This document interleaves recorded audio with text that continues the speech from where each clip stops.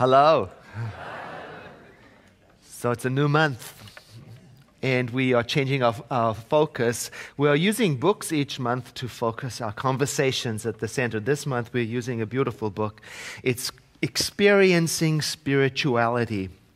And the first topic for the month is Beyond Spirituality.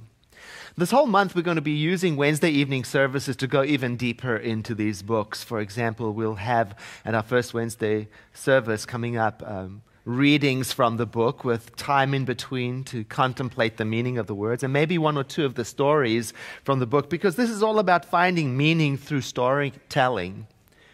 And then we'll have commentary. So I'll be there, and you can bring your book along if you have it. You don't need to bring your book, but you are invited to come to the Wednesday evening service. It's wonderful. It'll give us a chance to go a little deeper, and I invite you to join me. I've been reading already ahead to frame this whole thing, and I'm really enjoying especially the opening words in which the authors talk about this important distinction between spirituality and religion, and I'm adding on to that, and belief, because they really are three different things: spirituality, religion, and belief. And they started off talking about how the word spirituality has acquired this meaning in our modern world that's a kind of reactive meaning. It means not religious. Right? It's very interesting. So that's an interesting use of the word spiritual. So whatever religion is, spirituality is not that. I've heard people talking about the center, trying to explain what it is to friends, and they'll say, well, it's not religious, it's spiritual. And I've always smiled and thought, well, that doesn't really give a person enough information, does it? What is this stuff? We used to be called the Church of Religious Science. And that term, religious science, was such a turnoff. It represented a block so that people literally couldn't come here. That's the power of association of words. What it stands for. And wow. Last week, if you were here, we saw the video from the convention, our national convention, where we received the award for the most exemplary community among all of our centers. And there in our, it was wonderful. Yeah. And if you want to see it, you can go to our website and look at all the videos that are uploaded there. And you'll see in my acceptance speech, I say, our center is filled up with people who love our religion and wish to see it furthered in the world. And you could just see people in the audience go, he said religion. I've never heard him say that. And to tell the truth, because I'd been reading ahead, I said it on purpose. And you know why I said it on purpose? It's because religion isn't a dirty word. I know it's declined in popularity, maybe because of some unfortunate associations, but we have never been inclined to throw the baby out with the bathwater. Maybe we can reclaim the use of this beautiful word, religion, and reframe it so that it accurately reflects what we're thinking about when we use it. And at the same time, maybe we can take another look at this word spiritual or spirituality and rather define it as something it's not that, give it its own solid, juicy, good definition. Yeah. And while we're at it, maybe we can look at the role of belief in all of this. So there it is. Spirituality, a religion, and belief. And they're not the same thing. They intersect and support each other, but they deserve their own time. So let's get started with spirituality. And I don't know about you, but my go-to start place typically is The Science of Mind, written by Ernest Holmes, because I love what he has to say. And I like arguing with him. So I go and I look up in the concordance spirituality, and I find these great things to think about, like this one over here. Spirituality is not a thing. It is the atmosphere, and I put square brackets there because he used the word God. And last month we read from the author of last month's book how important it is for us to get our own word. Okay? Spirituality is not a thing. It is the atmosphere of the thing itself, presence, which he defines as goodness, truth, and beauty. So it's not a thing, I guess, in the same way that a religion or a denomination or a practice or a tradition could be called things. No, spirituality, he says, is something else. It's an atmosphere. It's the pervading mood or the tone of something. Ambiance, that's what it is. That's the character of something. Of what? It's the mood of the presence of the thing itself. It's how things are when you're in it. He goes on to say, and I like this so well, I put all the words up there. They're so good. It's a lot of words. Yeah. Listen to this. Spirituality may be defined as an atmosphere of good, the realization of God. It cannot and does not borrow its light from another, no matter how great or noble that other may be. It springs from within, coming from that never-failing fountain of life which quenches every thirst, whose source is in eternity, the wellspring of self-existence. It is a revelation of the self to the self, putting one back on the track of their own self-dependence on spirit, their own at-one-ment with reality. Now, he says spirituality is an experience of at-one-ment. It's a play on words, of atonement, because in our tradition, typically when we say atonement, we are talking about reconnection, reunification. And he says that this atmosphere, this experience, it springs from within, meaning it's deeply personal. And it doesn't borrow its light from another, no matter how bright that light may be. Because you see, I might like your spirituality a whole lot, but mine is mine and yours is yours. And then religion is what you and I do to take us back to that experience of being in the atmosphere of the one. It's what we do to take us back to that experience of at-one-ment. So religion is the system. It's the thing that you do. Now, some might call that my practice. That's their religion. It's made up of the ceremonies, practices, the rules that they make for themselves. I will not kill, because that's not being in at-one-ment. And the word, I'm told, religion, comes from the early word religare. I think that's how you pronounce it. It's Latin. It means to tie back, to link back. So, to me, religious practices then are intended to link us back to that atmosphere of being in the one. And then I get to ask the question, what do you do, Edward? What do you do to get back into that atmosphere? Because it's so easy to step out of it, isn't it? I mean, sometimes all it takes is a stubbed toe. Why, just the other day, I stubbed my toe on an email that somebody sent me. And I'm sure it wasn't intended, but I took it as a painful letter. And then I let it stay with me for a whole week. And I thought about it all the time, and it became my God. And all the meaning of the email wrapped itself around my head like an octopus. Pushed every one of my buttons, even the ones I didn't know I had. Has that ever happened to you? Yeah, what do you do to get back? Because that's your religion. Do you pause for a moment and mindfully say, there is only one life? That life is God's life. That life is perfect. that life is my life now, because that is your religion. So you might ask, well, what are the religious practices taught at the center? Well, there are 5 main pillars, and they're intended to form the foundation of a spiritual life. They're intended, when used frequently, to act as that system that links us back to the atmosphere of being in the One.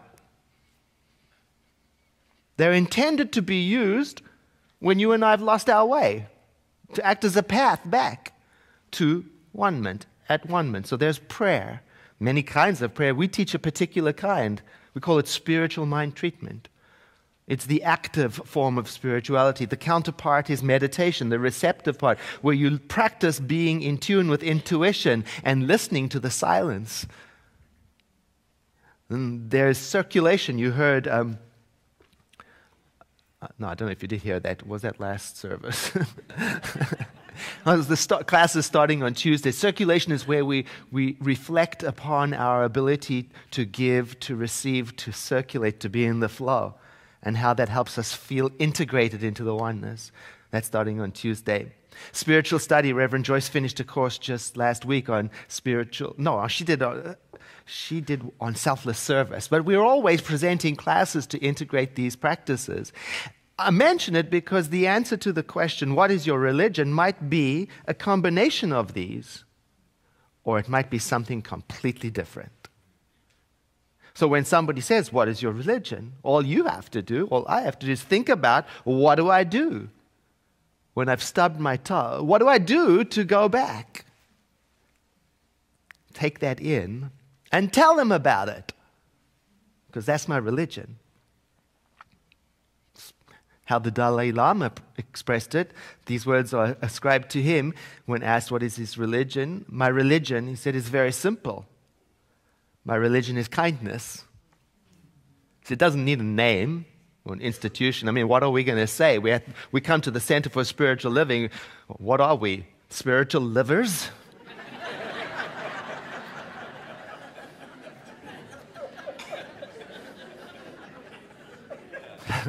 You see, and he explains it further. He says, this is the Dalai Lama, there is no need for temples, no need for complicated philosophies. My brain and my heart are my temples, and my philosophy is kindness.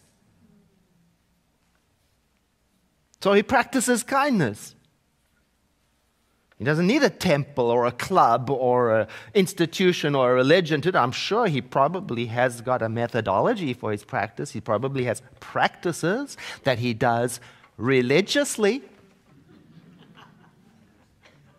That's another beautiful use of the word religious. You know, when you say, I do it religiously, it means I do it in a certain way, right? In a certain mindset. If I do something religiously, it means probably I do it with focus, mindful focus, mindfulness itself, regularity, and with respect. That's what religious means, religiously. So you think about whatever it is you do. If it's spiritual mind, if it's prayer, when you do you do it with respect? Are you focused? Are you there for it? Is it regular? When you do circulation, you're giving and receiving, is it enough in your life that it's a thing? Do you do whatever it is you do to link you back to the atmosphere of being in the One? Do you do it with focus, with mindfulness, with regularity, with respect? Do you do it religiously? Oh, that's a lovely meaning of the word religious. I'm religious for spirituality's sake. Now, you don't need a religion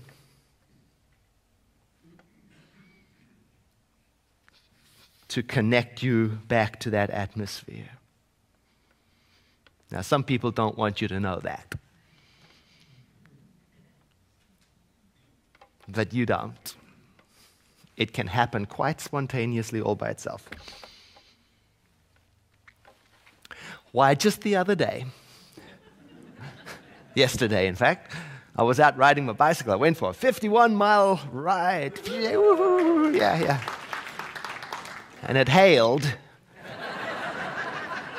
and it rained, and then it stopped. And so all the time there was this changing environment. And, at this one moment, I paused to look because there it was, Sonoma County. Oh, my gosh.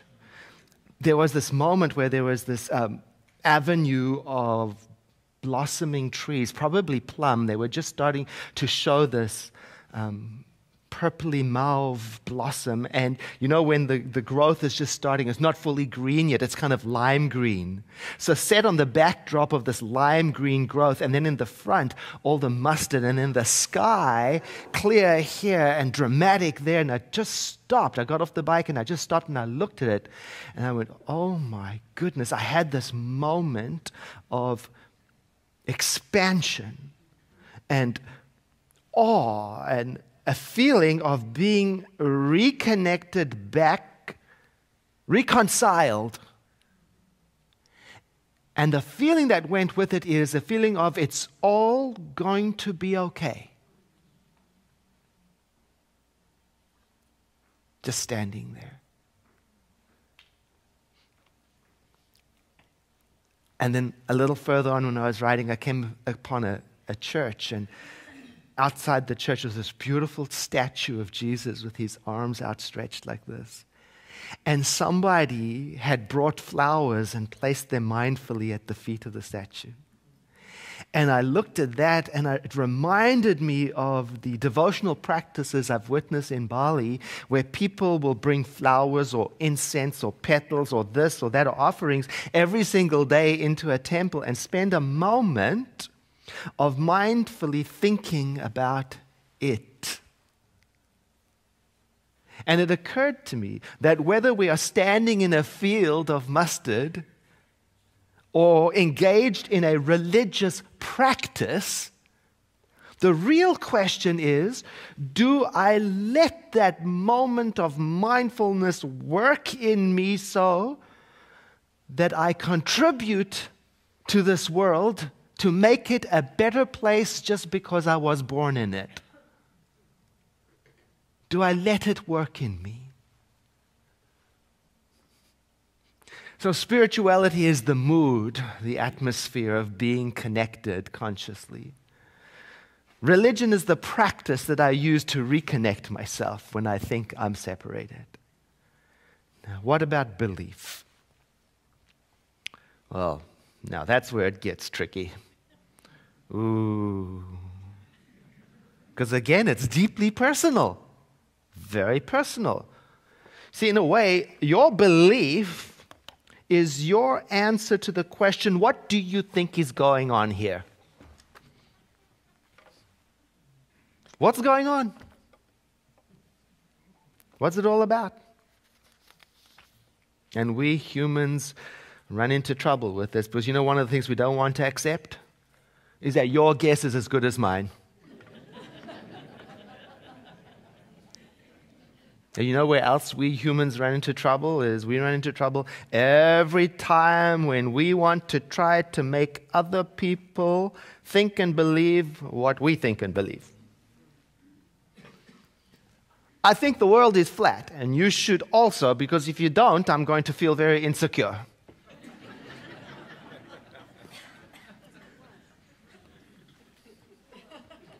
I understand that. Because I can see how I feel better when more people agree with my beliefs. So I try to enroll them. It's called conversion. Because the more people who believe it, the more I can relax. Because then it must be so. But, and there's a big but, but the reality is it's just my belief. That's all it is. And there are as many ways to believe as there are people on the planet and beyond that too. And beliefs are simply filters through which an individual looks to try and make sense out of this reality. Why would I kill anybody over that? And beliefs change and grow and evolve, and sometimes they're just plain wrong. It happens. The world isn't flat. And sometimes they're limited. And what I believe is my business, and what you believe is your business. And it's okay to share and discuss and argue about it, but not to impose and murder. Now, I've shared what I personally believe with you over the years, and it's changing all the time. It's evolving all the time. And currently, it goes something like this. I believe that there is something essentially right about this world, and that every being can experience or be supported in experiencing more joy. And I believe that kindness for me is the most powerful pathway to contributing, supporting this joyful experience. And that for me, practice such as prayer, meditation, circulation, study, and service is the best way for me to find and experience the fullness of life and share it. And I believe that there is one whatever it is, which currently I call divinity.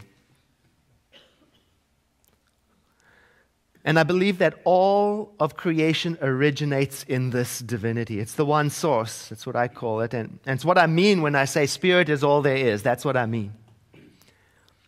And I believe everything comes from it, and everything is contained within it.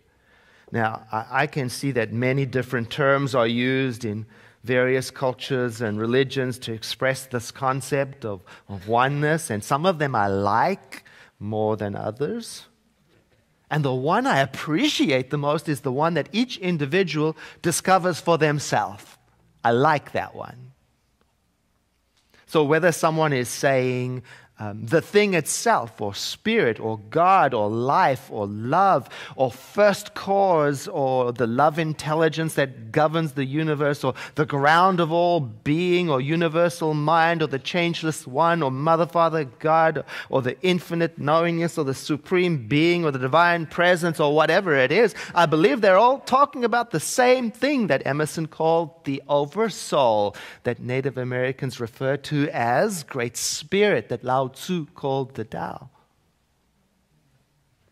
And I have come to believe that despite my feelings of separateness, that this oneness is irrevocable, eternal, it's who I am, and that it can never be lost or damaged or diminished or destroyed throughout my eternal journey. And I believe that right now and forever, I am a product of the mind of the thing itself. And I've heard this idea expressed in various ways, as being a child of God, as being a channel for spirit, as being an outlet for creation, as being a point of inspiration within the mind of creation. Whatever the right phrase is, whatever the correct way of saying it is, I believe, and I believe that we inherit the nature of the Creator. And that, by that, I mean it is crystal clear to me that our thoughts are creative and that we are incredibly powerful. And that we are waking up to use that power more and more every day. And that as we do so, we are realizing that the more we train our thought to dwell upon our true nature, the less we become victims of the hidden chains that bind us to ideas that are limiting and or wrong. I believe that there is a spiritual law of order that governs this universe, and I believe that we can see that law in action in our own lives, especially when we begin to pay mindful attention to the relationship between giving and receiving and sowing and reaping and thinking and creating. And I believe that misunderstanding this or ignoring these natural balances does not excuse me from enduring the effects of living out of balance with it. I do. I believe it. And furthermore, I believe that this one, whatever it is, has no center, no circumference, no limits. And it was never created. And it can't be uncreated. And it never started. It didn't begin. And it doesn't end. And so I call that the infinite. And to me, infinite means abundant. And abundant to me means more than I can ever imagine.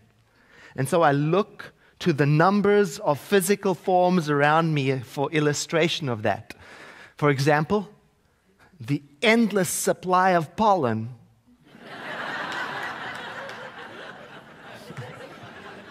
Or just the sand on the beach.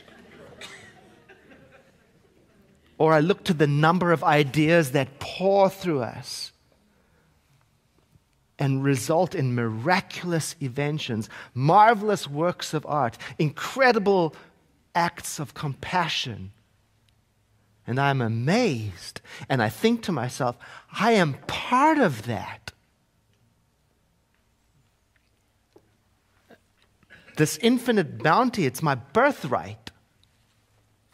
But not only mine, every being's.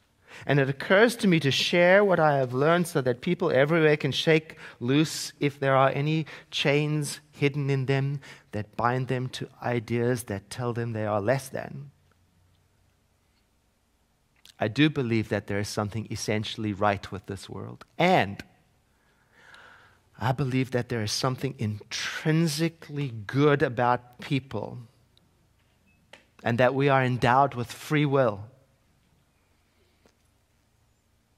And I believe that what the world calls evil is not an independent entity or power. I believe that I, together with everyone else, experience and create and further evil to the degree that we are out of alignment with spiritual laws. And that when we come back into alignment, all things are made new and we experience this atmosphere called atonement. I believe that the thing itself is limitless and it extends in time and space in all directions. And I call this eternality. And it's helped me to think this thought. I understand that any moment that I'm experiencing is eternity. And I've come to learn again and again that human forgiveness is the process that frees me up to live in eternity more fully. And furthermore, I don't expect you to believe any of this. I really don't. I hope that you will develop some religious practices in your life that will over and over again link you back to the experience of that something, the atmosphere of it. And that out of these spiritual awarenesses, you will develop your own beliefs that will guide you to make a difference in this world just because you were born in it. In the book, they quote Rabbi Yerachmiel, who talks about spirituality so beautifully, saying, can somebody advance to the next? There it is for me. Spirituality is paying attention. Spirituality is being present to what is happening around and within you. Spirituality is living in the world with compassion and justice. Spirituality is making the world a little better for your having been born into it. Spirituality is meeting the thing itself in the ordinariness of our everyday lives. Beautiful. I invite you to breathe in with me. And as you exhale, let your eyes close if you feel inclined to do that, so that we may have a moment of prayer. This is part of what might be our religious practice. If you choose to, it can be part of yours, prayer. And it is our custom in prayer to turn within, to take time mindfully, to recognize that presence, the thing itself, to dwell in its nature and think upon what it might be. And it can be done wordlessly. And sometimes we use words. And we call the names that we are fond of. We say it is love, something like that. It is all in all. And we dwell upon this so that we may have in time a recollection that we are at one with it. It is where we are. We are in the thing itself.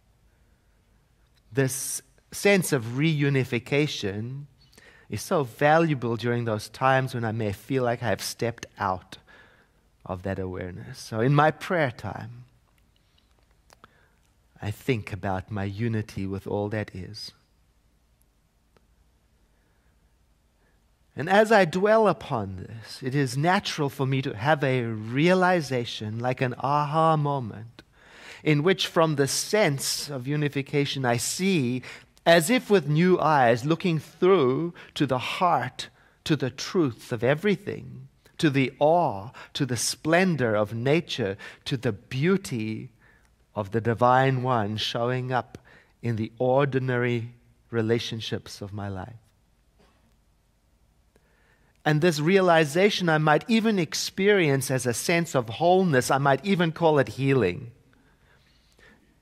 Because through it, new pathways become evident to me. New ideas are made welcome in me.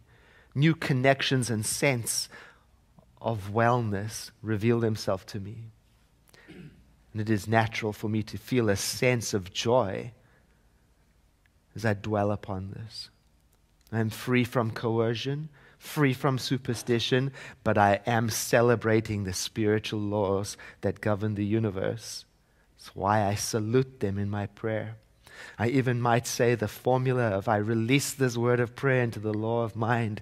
It's just my way of remembering to stay gracefully out of control.